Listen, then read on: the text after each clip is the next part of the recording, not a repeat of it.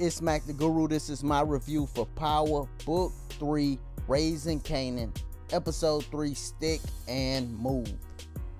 Now, the first thing we got to talk about with this episode is definitely Howard, Omar Epps' character. A few things happened to him throughout this episode that I got to touch on. One was, well, first off, that running scene at the beginning. Oh my God. I'm like, they better not let him catch this dude. Omar Epps was moving slow motion. I'm like, you could just see, like, it was taking everything in his power to get up to the speed he got up to, but he was moving slow motion, man. I'm like, they better not allow him to catch this dude. And then, of course, he got tired. So, and that was actually one of Rockwell's dudes that could give him some information. You know, if he would have caught that dude, that's the dude that be at the stash house with Kanan. So that would have gave him, you know, a lot of information if he could have caught him and then flipped that dude. But that ain't happened, right? But then we got him in the leukemia scene, right? So he figured out he got leukemia, and if you watch that scene again, you could see his face when he left out that, because, you know, you put on that tough guy act, or, you know, you got your defense mechanisms when you talking to people and in front of people. But when he was walking out that office, you could see it on his face. It's just like a face of fear. You know, he looking like, I can't believe I just got told this, you know. And I think we gonna see his character kind of change. I'm gonna do a separate video on his character, like breaking down what I think gonna happen and the change we gonna see from him, you know. Because right now, he's a more pure character. You know, even though he probably did some dirty stuff, he's a more pure, you know, he don't like kids getting killed, things like that. You know, I'm noticing from his character. But I'm gonna break that down in a separate video. But another thing that happened in this episode was him and his partner finally got on the same page, right? And it took them to let out some frustration. Cause she wanted to prove herself. We seen that from the first episode. She trying to give ideas to him, and he like, nah, that ain't good. You know, they probably threw the guns away when Kanan got shot at. That was either the first or second episode. But she been trying to prove herself, right? And she kind of snapped at him, and he snapped back at her. And that frustration that they let out at each other, it helped them get past it. Sometimes you just gotta let it out. And they let it out, and then you see when they got in front of they boss, right? The Asian guy, they both was on the same accord. She backed him up, you know, and then they went and made the bus at the end. You know, they end up making the bus at the end. And the bus that they made leads us to Unique, and you know it's gonna be problems the next episode, right? Because they make the big bus. Howard make the bus, right? Unique sees that. He sees that his corners is empty, and he looks up, and voila, he sees Uncle Marvin, and Uncle Lulu. That's who he sees. So it's like, oh, okay, they didn't did something to get me off these corners. All right. So that's gonna be something that's going on the next episode. Now this leads us to the two uncles, right? Marvin and Lulu. Both of them got relationships. Now they early in these relationships, but the problem probably gonna start coming in if they start loving these girls, right? If Lulu start loving Jessica and Marvin start loving Tony from the club, the white chick from the club, who blessed them because he brought a dog, which we knew they was gonna get together, and we knew Jessica and Lulu was gonna get together too. But if they fall in love and start losing focus and, you know, just get off they square, it's gonna be problems, you know, especially with the girl from the club, because Rockwell don't really like her already, you know. So that's could cause problems just off the strength of that. Now, Jessica told Uncle Lulu right though, like, man, you love this hip hop, you need to pursue that. You got the money, you could buy everything that the dude Crown had, you know. Now, Crown, the guy that was at that studio, he want Jessica. Best believe that. And she could have been just hustling, or she could have been putting out, But we seen Uncle Lulu. He noticed that. I noticed that, And she like, yo, famous, do music. So we gonna see if she loyal, if she not. How her and Crown relationship go. But her telling Uncle Lulu to step more into music, that's a good thing, man. He could be producing. We seen famous rap. They could come together, do some stuff. But the first thing he should do is spend some money and just buy all that equipment. Similar equipment, get you your own spot, and you can start doing music like that. But the big thing in this episode from the two uncles gotta come from Uncle Marvin, right? Him doing the deal with Kanan behind Rockwell, so he could get more opportunity and more power, because they kind of don't trust him with the business. And Rockwell said that when she was talking to Jukebox, like, yo, I don't trust him with my business. I ain't gonna trust him with yours. So they kind of don't trust Uncle Marvin. So he know that he trying to get, more responsibility and stuff. So that's why he started working with Kanan, and he teaching Kanan the business, letting him know how it go. He fronting them to start it off. So, Kanan gonna make his money, bring it back, and they gonna be doing side business together, that Rockwell not gonna know about. So we gonna see how that's gonna go. From the previews, look like things gonna start going left from them doing this side business stuff. But yeah, Rockwell gonna go crazy on Marvin when she find out, like, yo, you doing deals behind my back with my son. Like, what's going on? But the thing is, Rockwell got her own situation though. We seen it with her and Symphony the whole episode. I mean, they basically getting it in the whole episode. Now the thing I do like about the interaction is she keep asking them questions. Cause remember, I think Buddy a cop.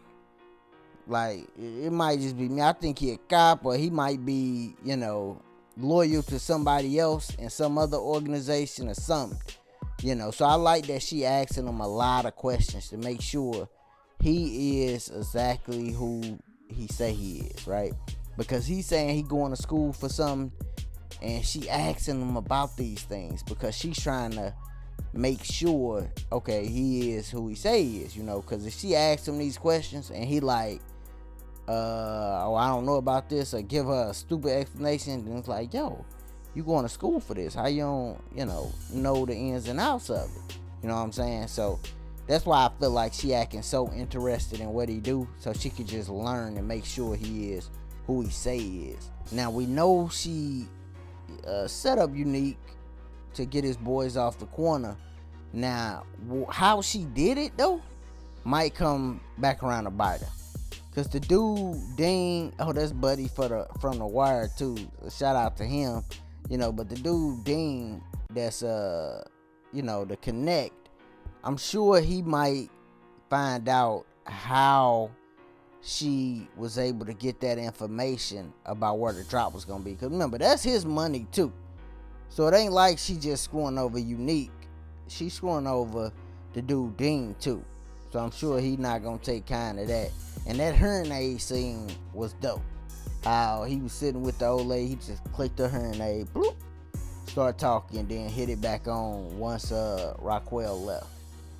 So that was a dope scene. I like how they did that. And I'm sure we haven't seen the last of Dean, because he's serving Unique and he's serving Rockwell. So we definitely gonna see more of him. The last thing from Rockwell we got on this episode was seeing her relationship with Jukebox. So they got a strong relationship, seem like they always have. And they used to stay with them, right? So Jukebox and Marvin, they used to stay with Rockwell. Probably the reason why Rockwell and Marvin don't kind of get all the way along, because he like her big brother, right? I think he the big brother, and she kind of talked to him crazy. It's probably because he was staying under her roof at one point, and that's when she started talking to him crazy, most likely.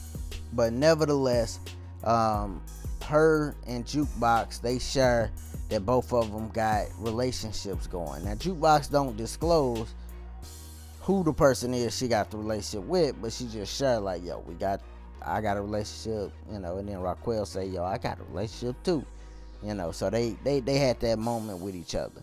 Now, Jukebox is very pure at this point.